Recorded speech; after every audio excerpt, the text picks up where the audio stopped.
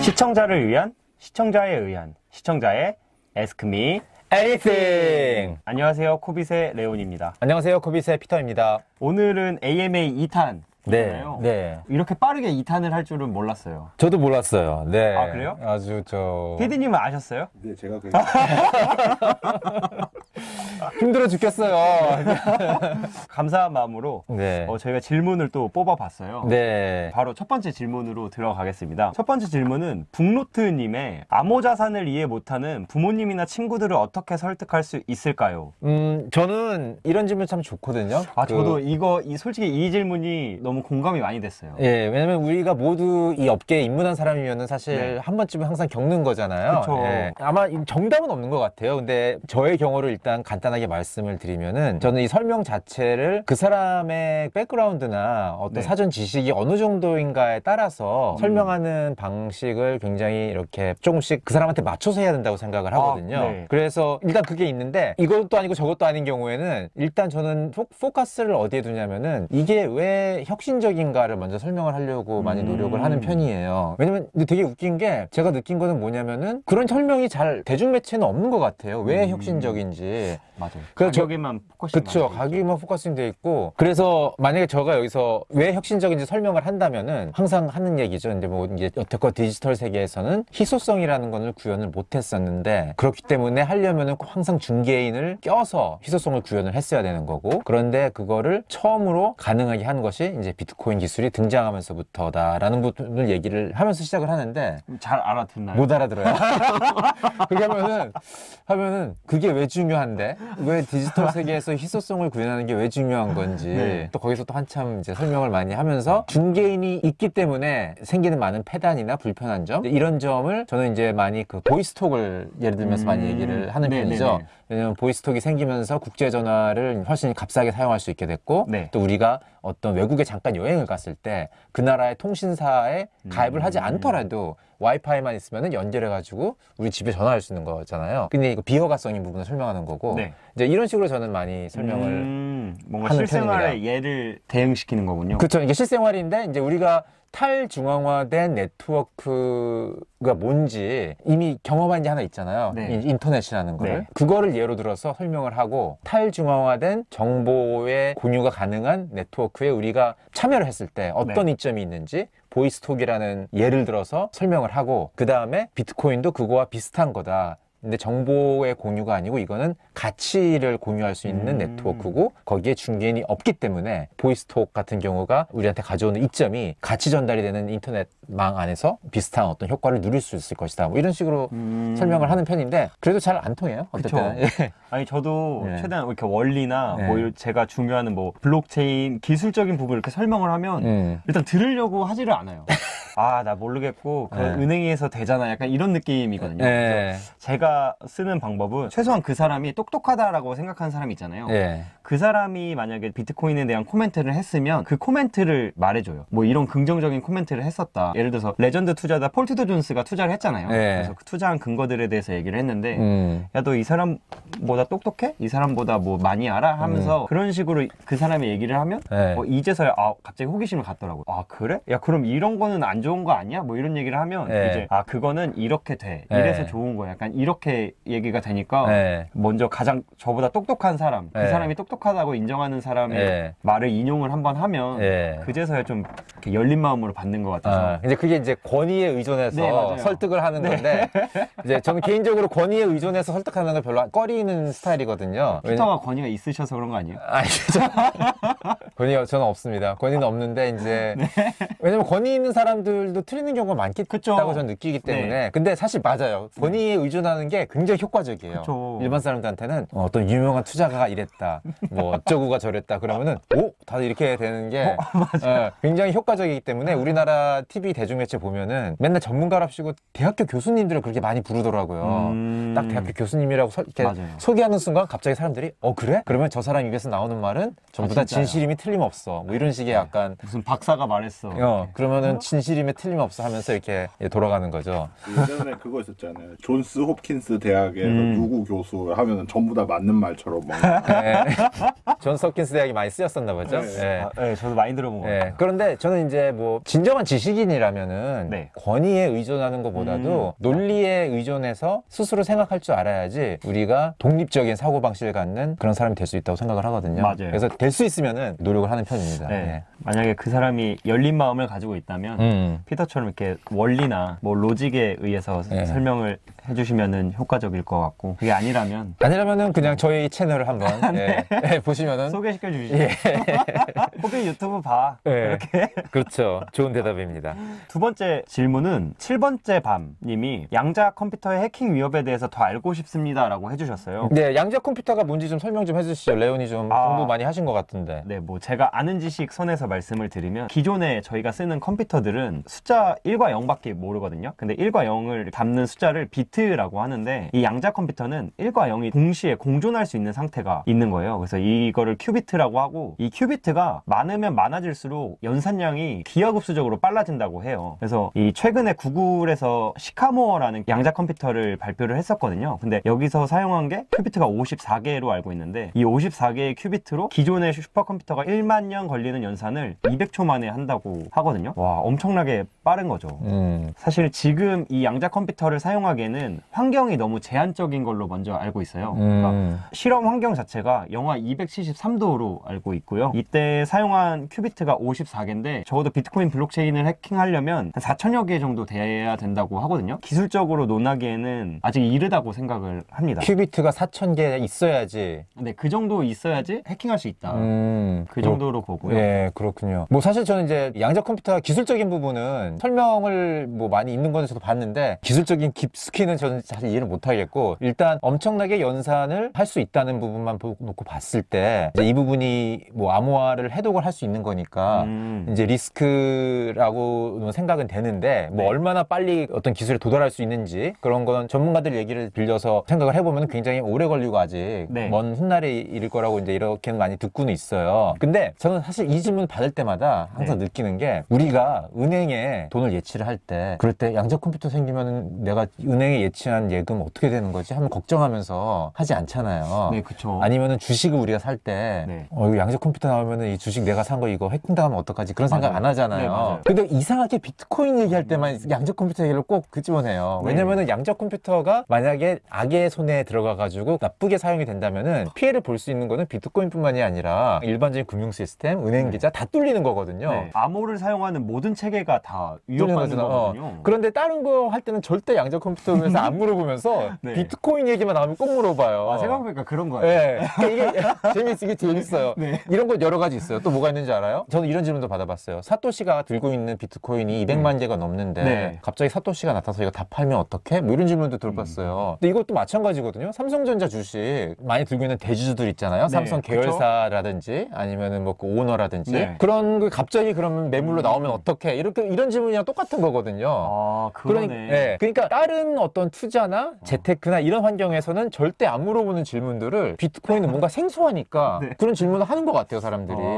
똑같은 거거든요. 그러니까 양자 컴퓨터의 리스크는 우리 은행 계좌에도 적용이 되는 리스크니까 꼭 비트코인에만 적용할 이유는 없다는 거. 그게 한 가지고, 두 번째로 제가 말씀드리고 싶은 거는, 이 양자 컴퓨터가 그러면 우리한테 리스크가 되려면 어떤 시츄에이션이어야 되냐면은, 지금 양자 컴퓨터라는 그 기술을 전 세계의 학자들이 모여가지고 지금 발전을 시키고 있는데, 이게 우리한테 리스크가 되려면은 막 개발이 악의 손에서만 이게 이루어져가지고 선한 사람들은 전혀 그 개발에 쫓아가지 못하고 악당들만 개발된 기술을 손에 넣어가지고 선한 사람들은 절대로 그거를 방어할 수 없는 그런 상황이 왔을 때 이제 이게 우리한테 리스크가 되는 거잖아요. 사실 그런 시나리오는 우리가 현실적으로 봤을 때 지금 이 전 세계 학자들이 모여서 연구를 하고 있는데, 그런 시나리오가 온다는 확률은 좀 상식적으로 생각해 봤을 때 굉장히 좀 낮은 확률인 것 같고, 그러니까 이 양자 컴퓨터의 기술은 개발이 되면서 은행이나 아니면은 뭐 미국의 FBI나 CIA나 이런 되게 보안 철저한 데서도 같이 연구하고 있는 부분이기 때문에 그렇게 된다면은 비트코인의 이 이 프로토콜도 양자 컴퓨터의 어떤 어택을 막아낼 정도로 똑같이 발전을 한다고 우리가 가정할 네. 할 수밖에 없을 것 같아요. 현실적으로 저도 봤을 실제로 때. 여기에 동의를 하는 게 양자 컴퓨터에서 가장 앞서 나가고 있는 게 구글이라고 생각을 하거든요. 근데 구글이 이 양자 컴퓨팅 기술을 오픈소스로처럼 이렇게 풀어가지고 다 같이 정보 공유를 하고 있어요. 뭐 나쁜 쪽에서만 이 지식을 가질 확률은 거의 없지 않나. 없죠, 맞아요. 네, 예. 그렇게 생각을 합니다. 네. 그래서 뭐 일단 시기상 아직 이를 뿐더러 확률이 되게 적다라고 적고, 생각을 예. 하거든요. 예, 그리고 만약에 그게 생기더라 하더라도 이거는 비트코인만 적용되는 게 아니고 네. 우리 일상생활 모두에 적용되는 리스크다는 거. 맞습니다. 예. 다음 질문으로 넘어가겠습니다. 다음 질문은 디파이에 관련된 질문인데 많은 분들이 질문을 해주셨어요. 뭐 정규영님이랑 권용민님, 시스아이님 이렇게 해주셔서 디파이나 CBDC가 나왔을 때 디파이나 BTC에 미치는 영향을 네. 여쭤보셨거든요. 이게도 굉장히 많이 나온 질문 중에 하나예요. 특히 이제 최근에 CBDC에 관련된 이야기가 여기저기 언론은 매체에서 보도가 그쵸. 되면서 이제 CBDC가 나오면은 비트코인은 무용지물이 되면서 가격이 폭락하는 게 아니냐 뭐 이런 질문인데, 이런 식의 논리를 피는 이유는 비트코인의 가치는 교환 매개 수단으로서 사용됐을 때밖에 존재하지 않는다고 생각하면은 네. 이런 결론이 나오는 거죠. 그런데 이제 제가 항상 말씀드리는 거는 비트코인은 돈이 되기 위해서 태어나긴 했지만은 네. 화폐의 기능이 세 가지인데 시간이 지나면서 인간 사회와 상호작용을 하면서 네. 하나씩 습득해 나가는 거고, 그 세 가지의 물성이라는 거는 첫 번째는 가치 저장 수단이고, 두 번째는 교환 매개 수단이고, 네. 세 번째는 가치 측정 단위로 네. 쓰이는 건데, 이게 갑자기 세 개가 한꺼번에 동시에 나타나는 게 아니고 순서가 있단 말이죠. 그쵸. 예, 이거는 제가 한 얘기가 아니고 영국 경제학자, 특히 이제 화폐란 무엇인가에 대해서 깊게 연구를 한 영국 경제학자 중에 윌리엄 스탠리 제본스라는 분이 있어요. 고전인데 책이. 그 책에 보면은 사실 제일 먼저 생긴 게 수집품이라고 나와요. 네. 수집품. 그 다음에 가치 저장 수단이 되고, 그 다음에 교환 매개 수단이 되고, 그 다음에 가치 측정 단위가 되는 거고, 그건 이제 인류의 역사를 본다든지 아니면은 호주나 아프리카나 이런 데 원주민들이 되게 원시적인 네. 경제 활동을 하고 있는데, 그게 사실 우리들의 2000년, 3000년, 4000년의 모습인 거잖아요. 네. 예, 그런 걸 보면은 또 우리가 알 수 있어요. 그런 거에서 이제 축축을 해봤을 때 이게 순서대로 이렇게 가는데, 지금 비트코인은 태어나가지고 12년 지나서 가치 저장 수단으로서 물성을 지금 습득해 나가고 있는 과정인 거고, 네. 뭐 나중에 교환 매개 수단이나 가치 측정 단위가 이게 습득이 될 수도 있고 안 될 수도 있지만은 네. 이거는 지금 우리가 비트코인에 투자해야 되느냐 마느냐는 전혀 중요하지 않은 게, 가치 상승이 가장 많이 일어나는 구간은 가치 저장 수단으로서 많은 사람들이 그걸 받아들일 때, 어덥션이 늘어날 때, 네트워크 효과가 있을 때, 그때 쭉쭉쭉쭉 이제 성장하는 거기 때문에 교환 매개 수단이나 가치 측정 단위, 이거는 생기느냐 안 생기느냐를 지금을 논할 필요가 없다는 거죠. 투자를 그렇죠. 하느냐 마느냐 판단을 하기 위해서는. 그렇기 때문에 CBDC가 나왔을 때, CBDC가 만약에 교환 매개 수단으로서 사용이 된다고 하면은 네. 뭐 좋아요. 뭐 지금이랑 달라질 것도 없는 거고, CBDC는 우리가 커피 쓸 때 사 먹으면 되는 거고, 네. 그리고 이제 비트코인은 계속 가치 저장 수단으로서 계속 전 세계 사람들한테 받아들여지면서 성장을 해나가는 거겠죠. 그러니까 CBDC의 등장과 비트코인의 가치와는 상관이 없고, 오히려 이렇게 얘기하는 사람들도 있어요. 이제 CBDC가 나오면은 CBDC를 사용하기 위해서는 전자지갑 같은 게 그쵸? 이제 필요할 텐데, 그러면 지금은 비트코인이 뭔가 전자지갑 쓰고 이러면 사람들이 굉장히 불편하게 느낄 수 있겠지만은, 만약에 CBDC가 나오면은 도입과 동시에 중앙은행이나 뭐 여러 가지 정부기관에서는 모든 사람들한테 전자지갑을 갖게끔 하겠죠. 그러면서 억지로라도 많은 사람들한테 전자지갑이 보급이 되면서 우리 전자지갑이라는 것 자체가 우리 일상생활에 깊숙이 들어올 거 아니에요. 일단 그게 들어오고 나면은 그 다음부터는 그 전자지갑에는 비트코인도 담을 수 있는 그런 기능일 확률이 높으니까, 만약 담지 못한다 하더라도 일단 전자지갑이라는 앱에 대해서 익숙함이 이제 어느 정도 충분히 생긴 후에는 네, 그쵸. 그거와 비슷한 다른 전자지갑을 사용해서라도 비트코인을 담는 게 그렇게 이제 꺼리낌이 없어지면서, 그러면서 비트코인에 대한 수용도가 높아갈 수도 있다, 이렇게 얘기하는 사람들도 있어요. 저도 CBDC가 BTC의 부정적인 영향보다는 긍정적인 영향을 훨씬 많이 줄 거라고 생각을 하거든요. 그러니까 굳이 따지자면 도움이 더 많이 된다고 생각을 하는 게, 네. 말씀하신 것처럼 접근성을 훨씬 더 용이하게 해줄 것 같아요.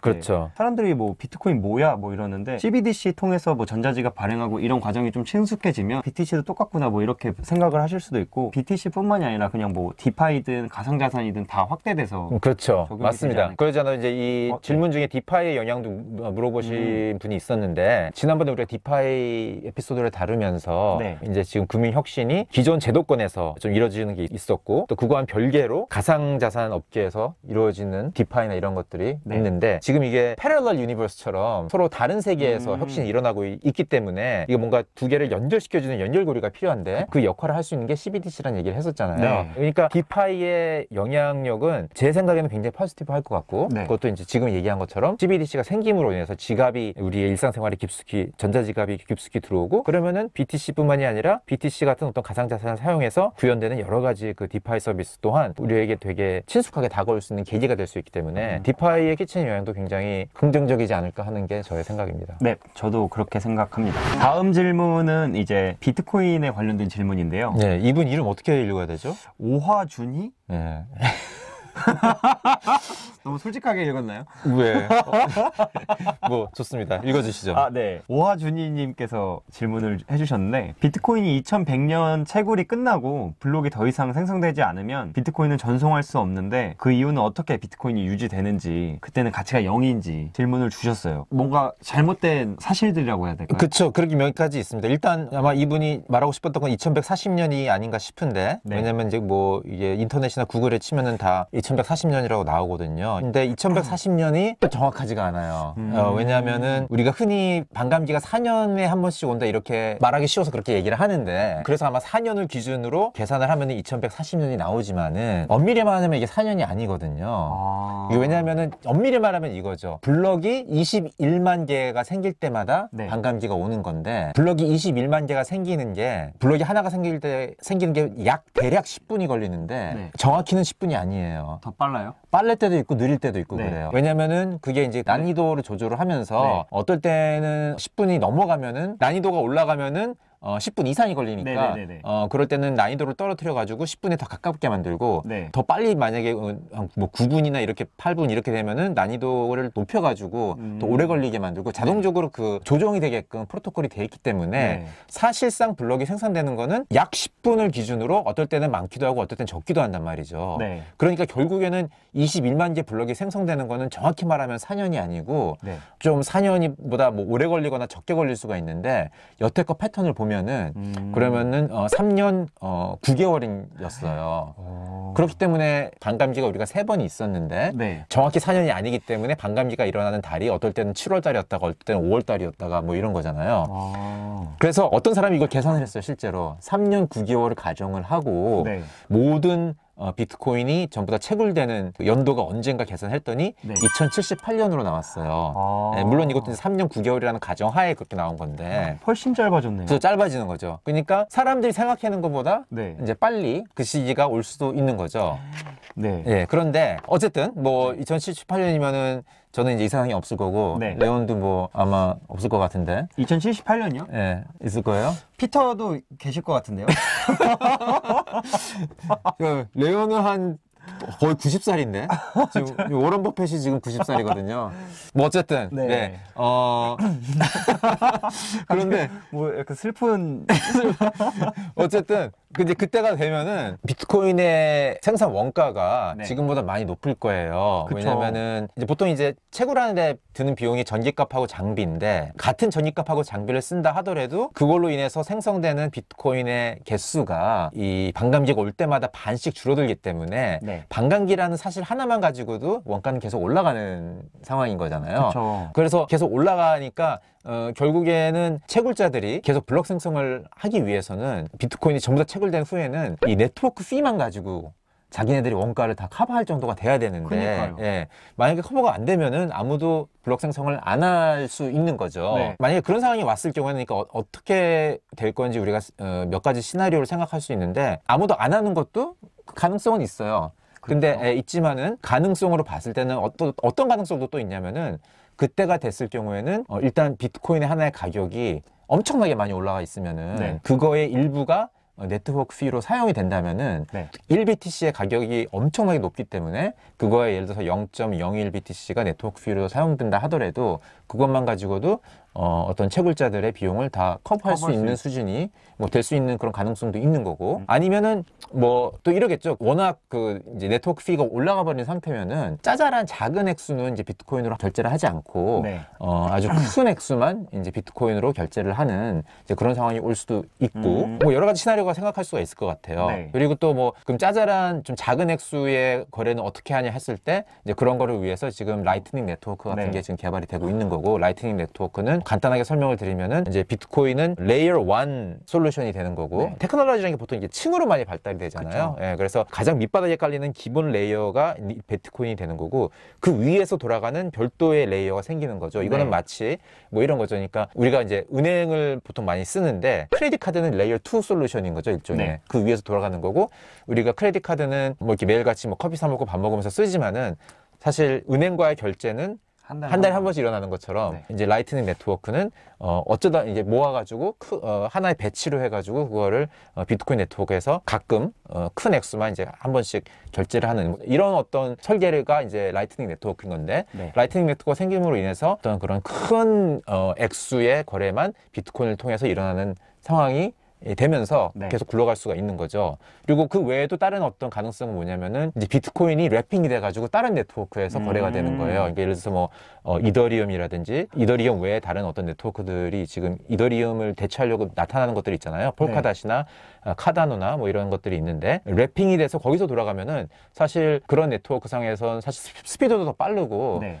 훨씬 더 확장성도 있고 그렇기 때문에 또 네트워크 피도 되게 낮게 거래도 가능해지고 뭐 이런 상황도 올 수 있는 거죠. 실제로 지금 현재 발행된 비트코인의 7% 정도가 이더리움 상에서 네. WBTC로 묶여서 돌아다닌다고 해요. 네. 그래서 이제 WBTC는 저희 거래소에도 상장이 돼 있는 자산이긴 한데 이제 그런 식으로 된다면은 그러면은 꼭 뭐 비트코인 네트워크 자체의 거래량이 그렇게 자주 많이 있지 않더라도 계속 뭐 돌아갈 수 있는 상황이 되지 않을까 이렇게 생각이 됩니다. 네. 그리고 여기 질문을 보면 네. 채굴이 끝나고 블록이 더 이상 생성되지 않는다라고 하셨는데 사실 블록이 더 이상 생성되지 않나요? 생성되지 않는 게 아니고 네. 비트코인이 생성되지 않는 거죠. 그쵸. 네, 네. 비트코인이 채굴이 안 되는 거고 블록은 계속 생기는 거죠. 네. 이제 마지막 질문인데요. 네. 저 사실 이런 질문이 들어올 줄 몰랐어요. 지금 질문은 EIP 159에 대한 질문이잖아요. 그쵸, 예. 이거에 대해서 알고 있으려면 가상자산에 대해서 계속 지속적으로 관심을 보이고 네. 조금 더 전문적으로 그렇죠. 파고 들어가야지 네. 나올 수 있는 질문이 네. 아닌가라는 생각을 저희 해서. 구독자님들의 수준이 다양한 것 같아요. 그러니까 네. 뭐 이렇게 되게 입문하신 분들도 있지만은 네. 굉장히 뭐 오랫동안 이 업계를 보신 분들도 있기 때문에 될 수 있는 많은 분들한테 유용한 내용을 컨텐츠를 만들기 위해서 저희가 이제 질문도 좀 다양하게 뽑았어요. 굉장히 네. 기본적인 것부터 되게 전문적인까지. 그래서 마지막 질문은 좀 약간 전문적인 질문이긴 한데 이제 EIP 1559에 대한 설명을 해달라는 그런 질문이었죠. 네. 그래서 이제 EIP 1559는 이제 이더리움 임프루먼트 프로포설의 약자잖아요. 이더리움 네트워크를 개선하기 위해서 이제 개발자들이 제안을 많이 하는데 근데 대부분의 제안은 되게 기술적이고 뭐 짜잘하고 이런 거라서 사실 대중들이 별로 관심을 갖지 않고 이제 코어 개발자들 안에서 그냥 논의되고 적용하든지 뭐 이렇게 한 경우가 많은데 이 1559에 대해서는 이 굉장히 많은 사람들의 지금 관심을 받고 있고 매스컴에서도 지금 다루고 있죠. 그 이유는 뭐냐면은 이더리움의 네트워크 수수료에 적용하는 방식을 좀 개선하자는 그런 제안이었고 네. 이 개선 방식에 따라서 이더 가격 자체에도 어떤 영향력이 좀 클 거로 보이기 때문에 이거를 적용을 하느냐 마느냐 가지고 뭐 제안된 이후로도 많은 논의가 있었고 그래서 매스컴에 많이 보도가 되고 뭐 이런 상황인 건데 공식 그 협의를 통해서 7월부터 적용하는 걸로 합의를 봤다고 해요. 네. 이더리움 가스비가 네. 최근에 계속 이슈잖아요. 그쵸. 가스 너무 비싸지 않냐. 뭐 예. 아니면 뭐 전송속도 너무 느리지 않냐. 내 거 왜 계속 펜딩 걸려 있냐. 뭐 네. 이런 얘기가 너무 많은데 여기에 대한 뭐 해결책? 그렇죠. 지금 해결책을 위해서 네. 뭐 EIP 159 외에도 몇 가지가 지금 진행이 되고 그쵸. 있는데 그 중에 가장 대표적인 게 이제 이더리움 2.0 업그레이드인 거죠. 네. 근데 이게 한 2년 정도 걸릴 거고 네. 그럼 2년 동안 어떻게 하냐 했을 때 네. 그 사이에 뭐가 다른 어떤 대책이 있어야 되는 건데 네. 이제 그 중에 하나가 예를 들어서 뭐 롤업 같은 것도 있는 거고 이제 일종의 레이어 2 솔루션인 거죠. 네. 그것도. 그리고 또 이더리움 프로토콜 내에서 뭔가 해결할 게 없느냐라고 이제 해서 이 나온 게 이제 EIP1559인데, 이제 엄격히 말하면은 EIP1559는 네트워크 피를 낮추는 효과라기보다는 네. 네트워크 피를 지불해서 결제를 신청을 했을 때 유저가 경험하는 그 유저 익스피리언스를 좀 더 좋게 하자는 데 취지가 있어요. 네. 그렇기 때문에 실제로 이게 네트워크 수수료를 낮추는 효과가 있을 거로 보이지는 않고요. 이제 단지 지금의 방식으로 했을 경우에 유저 익스피리언스가 굉장히 불편한 경우가 많기 때문에 네. 그런 게 몇 가지 없어질 것 같긴 하거든요. 이제 예를 들어 지금 방식은 어떤 방식이냐면은 지금 방식은 흔히 first price auction이라는 방식으로 그쵸. 수수료가 결정이 되고 있습니다. 네. 이게 어떤 방식이냐면은 내가 예를 들어서 네트워크를 사용하는 사람인데 거래를 신청을 함과 동시에 내 거래를 실행시키기 위해서 이 정도의 네트워크 피를 내겠다는 거를 내가 써가지고 내는 거 그쵸. 방식이거든요. 네. 그러면은 채굴자들이 보고서 채굴자들은 이제 어떤 리워드를 받기 위해서 하는 거기 때문에 네트워크 수수료가 높은 것부터 이렇게 블럭에 넣는단 말이죠. 근데 내가 내는 네트워크 수수료가 다른 사람들과 지금 경쟁이 붙는 건데 네. 경쟁이 대비 이게 경쟁력이 있는지 없는지 알기가 굉장히 힘들어요. 그쵸. 예, 그래서 갑자기 예를 들어서 물론 지금은 이제 예를 들어서 메타마스크나 이런 지갑에 들어가면은 뭐 이렇게 선택의 여지가 있기는 있어요. 뭐 패스트, 에버리지, 뭐 맞아요. 슬로우 있고 뭐 이렇게 네. 고를 수가 있게 하는데 그 기준이 뭐냐면은 가장 마지막으로 있었던 블락에서 실제로 사용되는 수수료를 기준으로 그렇게 메타마스크가 알려주는 건데 네. 그러고 있는 사이에 예를 들어서 뭐 갑자기 무슨 굉장히 핫한 코인이 있어가지고 그걸 다 사러 막 사람들이 몰린다 그러면은 그거는 아무 별로 소용이 없는 그쵸. 게 되는 거거든요. 그때 높은 가격을 쓴 게 이득이니까. 그쵸. 예, 그러면서 밀리면서 내가 체결이 안 될 수가 있어요. 네. 그러면 계속 오랫동안 내가 신청한 건 체결이 안 되면은 나의 유저 익스피리언스는 굉장히 이제 안 좋은 게 되는 거죠. 네. 이제 그런 게 하나 있고 두 번째로는 어떨 때는 또 내가 이제 너무 빨리 하겠다고 해가지고 불필요하게 오버페이 하는 경우가 있어요. 너무 많은 수수료를 지불을 해서 네. 그래서 나의 소중한 이더가 자꾸 이제 그런 곳에 이제 불필요하게 사용되고 뭐 이런 효율적이지 못한 부분이 있기 때문에 이제 그런 거를 개선하고자 해서 네트워크 수수료를 측정하는 방식을 바꾸자 하는 게 이제 EIP1559의 메인 포인트인 거죠. 네. 그래서 이제 여기서 제안한 새로운 방식은 뭐냐면은 픽스드 프라이스 세일이라고 그렇게 많이 얘기를 한다고 하는데 결국엔 이게 어떻게 되어 있는 거냐면은 이 네트워크 피에 두 가지의 부분이 있는 거예요. 하나는 베이스 피가 있고 또 하나는 게스 프리미엄이라고 해서 이제 두 가지 부분이 있는데 네. 이 베이스 피 부분을 이더리움 프로토콜 자체에서 계산을 해가지고 제시를 해주는 거예요. 그래서 이거에 대해서는 그러니까 여태까지는 그 사용자가 스스로 알아가지고 비딩을 해야 되는 그런 상황이었다면은 이건 프로토콜이 체결될 수 있는 레벨을 알려주는 거예요. 알려줘가지고 내가 판단하는 거는 이 가격을 내가 내고 싶은지 아닌지 이것만 판단을 하면 되는 거고 네. 그러니까 그런 면에서 프로토콜이 내가 결정한 게 아니고 프로토콜이 결정해 준 데서 더 신뢰가 있는 거고 네. 그리고 프로토콜이 이걸 결정을 할 때 네트워크가 굉장히 바쁘고 이 체증이 지금 밀려 있으면은 네. 그러면은 이 블록 사이즈를 알아서 늘려요? 늘려요. 예. 그래서 더 많이 담길 수 있게. 그렇게 하면서 네트워크 피의 변동성을 좀 줄이는 거죠. 네. 그리고 또 그 반대로 네트워크가 굉장히 좀 널널하면은 그러면은 또 이제 줄이고 이런 식으로 블록 사이즈를 갖다가 그 네트워크 상태에 따라서 늘렸다 줄였다를 하면서 이 네트워크 피의 베이스 피를 갖다 조절을 하는 거죠. 일종의 그러니까 이거는 비트코인이 난이도 조절에서 많이 아이디어를 얻었다고 하더라고요. 그러니까 난이도 조절을 하듯이 자동적으로 이렇게 조절을 하게끔 해서 베이스 피가 변동성이 크지 않도록 이제 조절을 해가면서 될 수 있는 한 이 네트워크 피의 어떤 예측하게끔 이제 만든다는 게 주요 골자인 겁니다. 근데 이제 뭐 여기까지는 그렇게 해서 유저 익스피리언스 좋아지는 건데 네. 왜 이게 이더 가격에 임팩트가 있는 거냐면은 이 베이스 피가 소각이 되는 거죠. 네. 예. 이게 핵심 사실 이게 그게 핵심인 거예요. 개념 맞아요. 아닌가요? 그래서 이더 가격이 여기서부터 떡상할 거냐 이런 걸 궁금해하시는 이 사람 입장에서는 이게 핵심인 거죠. 네. 베이스 피를 전에는 그러니까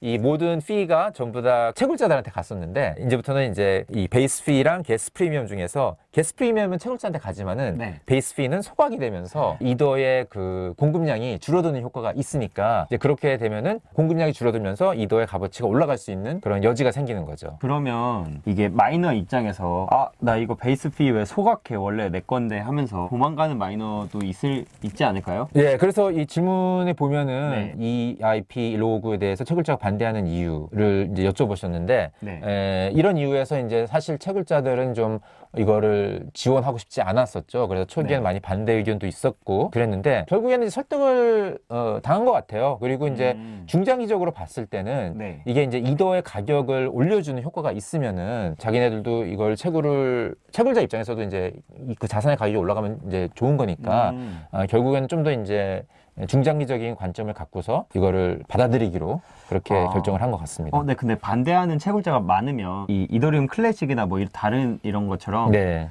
자기네들이 새로운 하드포크를 만들어서 네. 쭉쭉 진행할 수도 있잖아요. 그쵸, 있죠. 근데 네. 뭐 그렇게 할 수 있는데 그렇게 하지 안 한 것 같아요, 이번에는. 근데 안 했고, 포크를 한다는 게 사실 포크 하는 사람 입장에서도 그렇게 굉장히 리스크가 많은 일이라고 저는 생각이 들거든요. 네. 왜냐면 이제 이 네트워크가 자꾸 성장을 해야 되면 자꾸 이제 모여야 되는데 이걸 쪼개니까. 예. 그러니까 우리가 지금 비트코인 캐시도 네. 뭐 지금 막 굉장히 별볼일 없이 많이 되고 있고, 뭐 이런 이유가 이제 네트워크 효과가 지금 자꾸 분산이 되면서 네. 결국에는 비트코인 캐시로 간 사람들은 전혀 어떤 그런 베네핏을 보지 못하고 있는 상황이 되기 때문에 이제 그런 모든 옵션을 이렇게 다 고려를 해봤을 때 그냥 받아들이고 참여하는 게 낫다고 그렇게 생각을 한 것 같습니다. 네, 저도 그런 것 같은 게 이더리움 클래식도 처음에 이제 포크 됐을 때는 포크 이후에는 뭔가 좀 두 개가 좀 비슷한 것 같다가 어느 순간 지금 시점에서 보니까 이더리움 클래식은 사실 쳐다도 안 보는 느낌이 많이 이렇게 받잖아요. 그렇죠. 그래서 비슷한 네트워크는 선택을 받는 쪽이 더 크게 성장을 하고 나머지는 완전 도태된다고 생각을 해서 마이너들이 그런 선택을 할까? 그럼 그런 선택을 했을 때 장기적으로 진행이 가능할까? 뭐 이런 것도 좀 궁금하고. 네, 그러니까 마이너들이 결국에는 이제 ERP 1599를 했을 경우에 더 거기에 사람들이 많이 모인다고 생각을 한 거죠. 왜냐하면은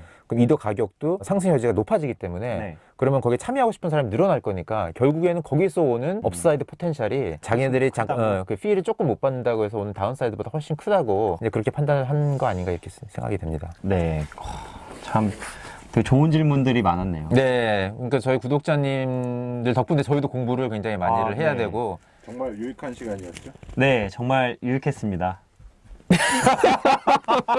레오는 무슨 말을 해도 이렇게 영혼이 없는 것처럼 들릴까? 네, 어쨌든 네, 이렇게 총 5가지 질문에 대해서 저희가 AMA 2탄을 준비를 해봤는데요. 네. 사실 되게 좋은 질문들도 많았던 것 같고 나름 저는 되게 깜짝 놀란 질문들도 좀 있었고요. 저한테도 유익한 시간이었지만 네. 시청자분들한테도 유익한 시간이었으면 좋겠습니다. 네. 또 우리 또 하는 거죠? 다음 시즌 3를 기다리면서 다음에는 뭐 네. 이제 클로즈 멘트. 더 좋은 정보로 돌아오도록 하겠습니다. 네. 네. 지금까지 Ask Me Anything.